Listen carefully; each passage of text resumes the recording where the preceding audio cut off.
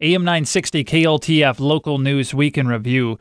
Benton County authorities on Wednesday identified the Royalton woman killed around 4:30 Tuesday afternoon on the 6000 block of Canary Road as 74-year-old Patricia Palmer of Royalton. It was reported that Patricia Palmer left the roadway and struck a tree. She was pronounced dead at the scene after reviving efforts failed by first responders. The investigation into the cause of the accident is ongoing. The Minnesota State Patrol reported last Friday that DNA evidence from a July 18th fatal crash that killed 54-year-old Charles Maurer and 10-year-old Cassie Maurer of Becker was actually 17-year-old Carly Bolig of Little Falls who was driving and not her 18-year-old boyfriend. The case has now been forwarded to the Sherburne County Attorney's Office for review of criminal charges. The original report stated that 18-year-old Devin Garlock was the driver, and Garlock claimed he was not the driver of the vehicle. DNA evidence has now proven that it was Bolig. Garlock has denied to patrol officers that he was ever the driver. 8 people were injured in the accident, 2 proved fatal, and 2 others were seriously injured from the accident in Sherburne County back on July 18th on Highway 10 at County Road 11.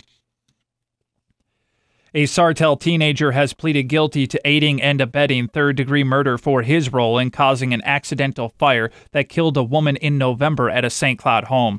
19-year-old Justin Edward Pick and 18-year-old Dustin Zablocki were allegedly making dabs, a potent oil extract from marijuana that's believed to start the fire that killed Sally Douglas, who was found inside the home after firefighters arrived on 1st Street North in Sartell. Pick pled guilty Wednesday in Stearns County District Court. The sentence recommended by state guidelines is slightly more than 7 years in prison. Pick has agreed to testify at any trial Zablocki might face. Pick is scheduled to be sentenced next month, October 29th. Zablocki is scheduled to be in court November 12th. A St. Joseph man charged with leaving the scene of an accident after running over and killing a 5-year-old boy in April has pleaded guilty. 32-year-old Jeremy Ulick pled guilty a week ago yesterday to 1 count of felony failure to stop after a collision that resulted in injury or death. The second count Ulick was charged with will be dismissed. He will face a maximum 75 days in jail and will be sentenced November 12th. A 30-year-old Brainerd man accused of stabbing another man reportedly kicked and spit on police officers as he was taken into custody. Dustin Cavan was charged with felony second-degree assault with a dangerous weapon, along with charges of assault of a peace officer and transferring bodily fluids during an altercation with a peace officer. Cavan's bond was set at $10,000 with no conditions. Cavan allegedly stabbed a man in an arm during a fight September 11th in an alley of a Brainerd bar. Cavan will have his next court appearance on Wednesday.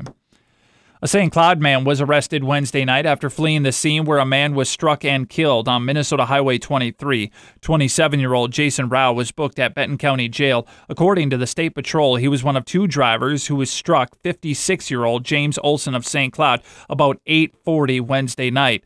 Olson died at the scene. Rao and 51-year-old Mary Larkham of Sartell were each driving west on Highway 23, crossing 14th Avenue Southeast in St. Cloud. Authorities say they had a green light. Olson was walking across the highway against the light. Larkham hit Olson first, and Rao then changed lanes to the right lane to pass her, hitting Olson again. Rao fled the scene and was later arrested. On Sunday afternoon around 3:25, a vehicle struck a child on a bike in Little Falls. 70-year-old Charles Andrews of Randall was driving south on 4th Street Southeast at the intersection with 2nd Avenue when he struck 13-year-old Cole Katzenberger of Little Falls, who was heading east on a bike on 2nd Avenue. Katzenberger failed to stop for the stop sign and was struck by the Andrews vehicle. Katzenberger was taken to St. Gabriel's Hospital for treatment of his injuries.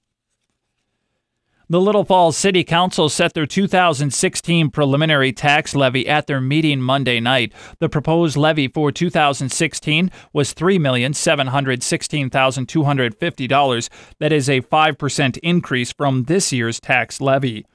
The final levy will be set later this year. The final levy can be lowered but cannot be raised from the proposed amount. The final budget can be adjusted higher or lower than the amount where the city set their preliminary budget at $5.171 million for the general fund and $4.355 million for the enterprise fund. A public meeting to discuss the proposed budget and levy has been set for Monday, December 7th at 7:30 that night at Little Falls City Hall. The Brainerd City Council this past Monday night unanimously approved a resolution restructuring the Brainerd Fire Department from a mix of full-time and paid on-call firefighters to a fully paid on-call department. The department currently has 5 full-time equipment operators who work over 3 shifts to staff the fire hall 24 hours per day.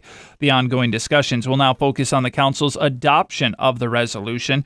The estimated payroll could save an estimated $265,929 next year in Brainerd. The Crow Wing County Sheriff's Office has recently received numerous reports of counterfeit money being passed through Crow Wing County. The money is reported to be the type that is used in motion pictures. The money appears real at first glance. However, upon closer examination, it's obvious the money is not real. Wording on the bill is different along with the pictures on the bill. Businesses are encouraged to closely examine the bills to make sure they are real.